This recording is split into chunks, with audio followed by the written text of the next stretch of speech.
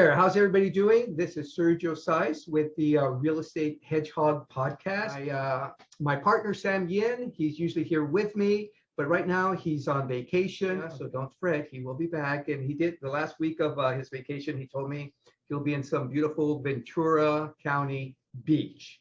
But in the meantime, I've got a special guest host here that I'm very happy to have with me. Alfred, so good to have you here. You have such an amazing background, an amazing resume, as it were. Can you give us just like a minute or two, just kind of give us a little history, a little bio of where you grew up and kind of like what got you to where you are at right now? You know, I grew up in the San Gabriel Valley, specifically the West Covina La Puente area. You know, moderate means, and got my way through high school, went into the Marine Corps, got my undergrad, and then ultimately my master's degree. And originally, like you, I was going to end up in law enforcement, but I ended up in banking. Banking turned out pays better. So I chose to get into, exactly, and better hours, better office, at least some would think so. And along the way, I learned the value of using other people's money, number one. Number two, I learned through my grandfather, who from the 50s through the late 90s was himself in real estate. And he had done a number of transactions in Southern California, as well as the Central Valley. And I observed that, and I would go and visit him in a little small town called McFarland, just north of Bakersfield. And I would be helping him, and inevitably he would say, go get my book, my ledger. And we'd be out on the porch and he'd get a ledger, and we'd be out having breakfast on the porch, and his renters would come by and pay him cash for his rents. And he'd say, can you mark this on my ledger? And I would look at the ledger and say, wow, these are lots of sums of money. And that was a very good impression growing up. And fast forward to the late 90s, early 2000s, as a banker, I was financing these real estate transactions.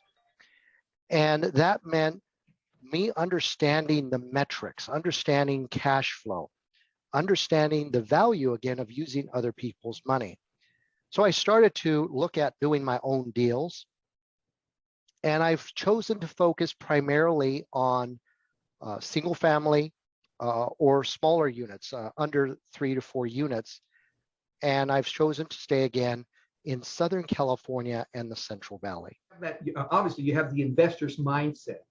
But what I'd like to talk with you about today is more of a 30,000-foot level view of real estate. So there are true and tried fundamentals. You're not going to reinvent the wheel here.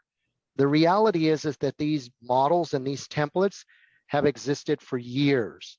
And there's an investor out there in the marketplace or a real estate professional that's already been there, done that.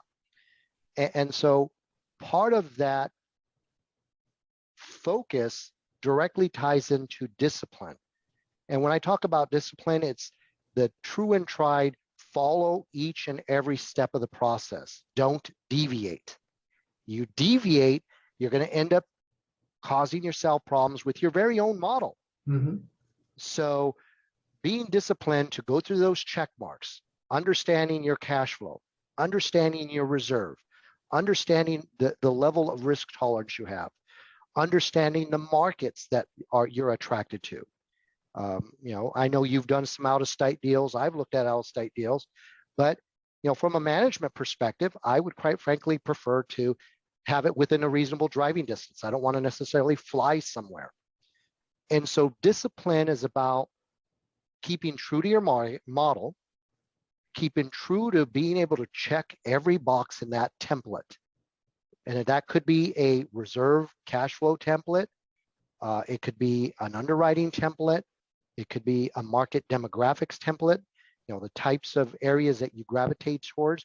You know, some people might want inner city properties or infill properties. Others might want suburban properties. Me, for example, I've stuck to single family and triplex, fourplexes.